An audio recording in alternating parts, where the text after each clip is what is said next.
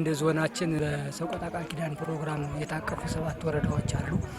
የስርዓተ ምግብን ስራ ስንሰራ በተደራጀ አግባብ በሞዴል መንደር በተመረጡ ሞዴል መንደሮች ምርጥ ስራ ተሰርቶ ወደ ሌሎቹ ለማስፋት ታልሞ እየተሰራ ነው ያለ። አጠቃላይ እንደ ዞን 14 ሞዴል መንደሮች የተመረጡ ሞዴል መንደሮች አሉና በዚህ አመት ግን 3ቱን ነው እናስመርቃለን ብለን ያቀርነው። 2ቱን አሁን አስመርቀናል። በሚቀጥለው ጥር መጨረሻ ላይ ደግሞ አንዷን እናስመርቃለን። የሚቀሩት 11 መንደሮች ደግሞ በቀጣይ አሁን ጥሩ የተጀማመሩ ጥሩ ስራዎች አሉ። ፓኬጁን ከማሟላት አንፃር የዞን ሙያተኛ ሄዶ አረጋግጦ ፓኬጁን ሲያሟሉ ቀጣይ ሌሎቹ መንደሮችም የሚመረቁበትን ሁኔታ እናመቻቻለን። ለአሁኑ ግን 3 መንደሮችን ነው ለማስመረቅ ያቀርነ። እነሱንም ያውን ጀምረናል። 100% እናስመርቃለን እንደ ዞናችን ማለት ነው። ዛሬ በደባርቅ ተገኝተን በሚልገብሳ ቀበሌ ፍሬ መንደር የስርዓተ ምግብ ሞዴል መንደር ያየነው ጥሩ ስራዎችን አይተናል።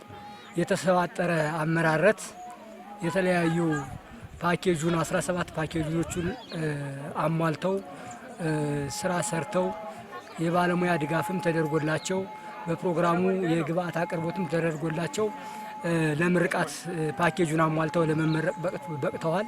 ይሄ በጣም ደስ የሚል ነገር ነው። ነገ ከነገ በኋላ ደግሞ እዚህ የተሰራውን ምርጥ ስራ እናቶች አመጋገባቸውን የማሻሻል አመራረታቸውን የተቀናጀ የግብርና ተግባር በጓሯቸው ተግባራዊ ያደርገዋል።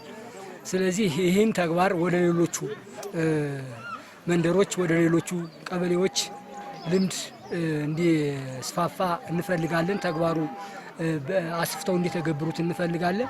አሁን በዚህ በተሰራው ስራ ግን በጣም እናመሰግናለን። ባለሙያዎቹንም እናቶችንም በጣም ምርጥ ስራ ነው የሰሩ።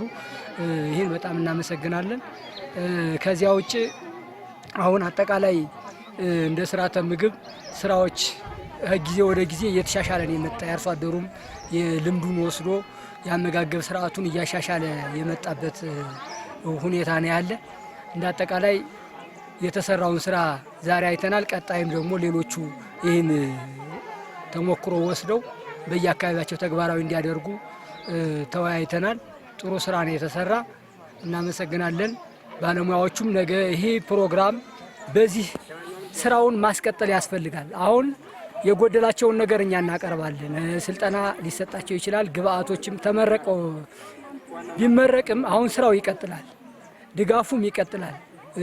ፕሮግራሙም የሰቆጣ ቃል ኪዳን ፕሮግራምም እናቶችን ህፃናትን መሰረት አድርጎ የሚሰራ ስለሆነ ስራውን ይቀጥላል። ግብአትም ይቀርብላቸዋል።